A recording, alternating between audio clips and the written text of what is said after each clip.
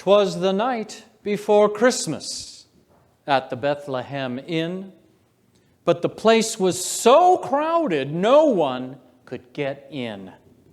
So when Mary and Joseph appeared at the door, the harried old innkeeper cried out, "No more!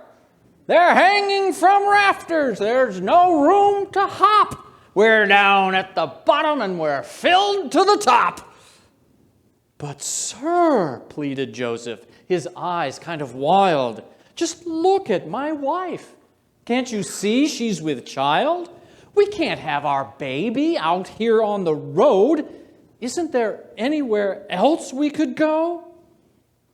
The innkeeper grumbled, "But where will you sleep? I can't just put you outside with the sheep." The old gaffer scowled, and he grimaced, and he blinked, and then his countenance lightened, and he smiled, and he winked.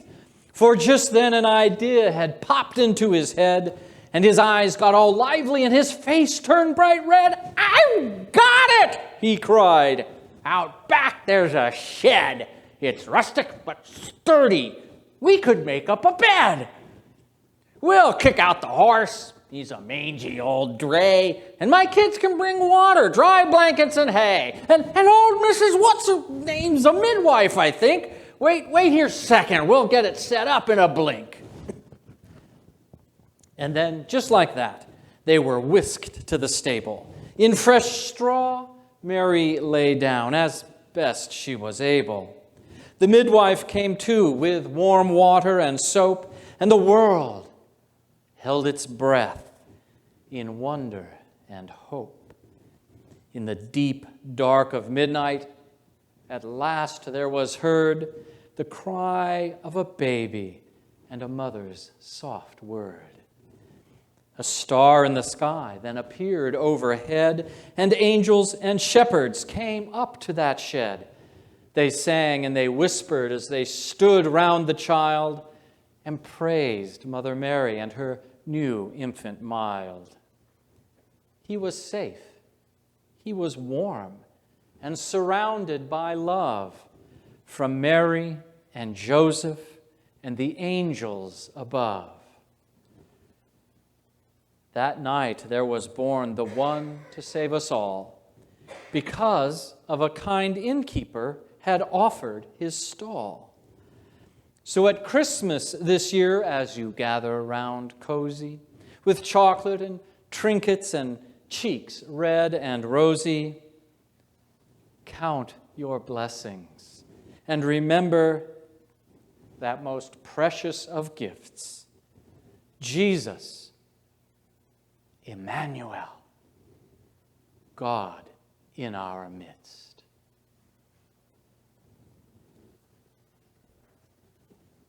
This Christmas, as you ponder that light coming into the world, we enjoy a poem. We enjoy the idea that that innkeeper wasn't as mean as sometimes he's made out to be, did the best that he could. But Christmas, as much as we might like it, goes a little deeper than a Dr. Seuss sounding poem. The story of the good innkeeper is our story too.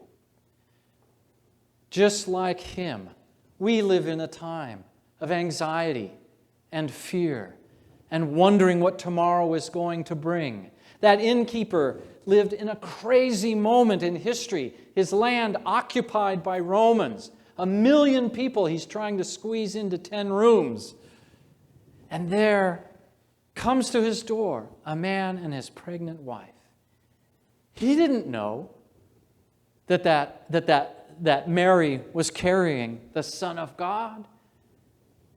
All he knew was, in spite of the chaos, and in spite of the anxiety, in spite of the craziness, in spite of the world going mad, he could be kind and giving and make a solution where there was none. So as the new year approaches for us, and we find ourselves with the world going mad, our own anxiety, that we become, all of us, good innkeepers. That is the solution to the world's craziness.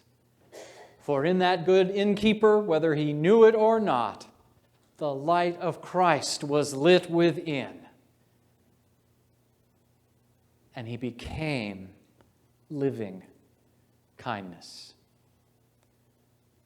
So can we. Amen.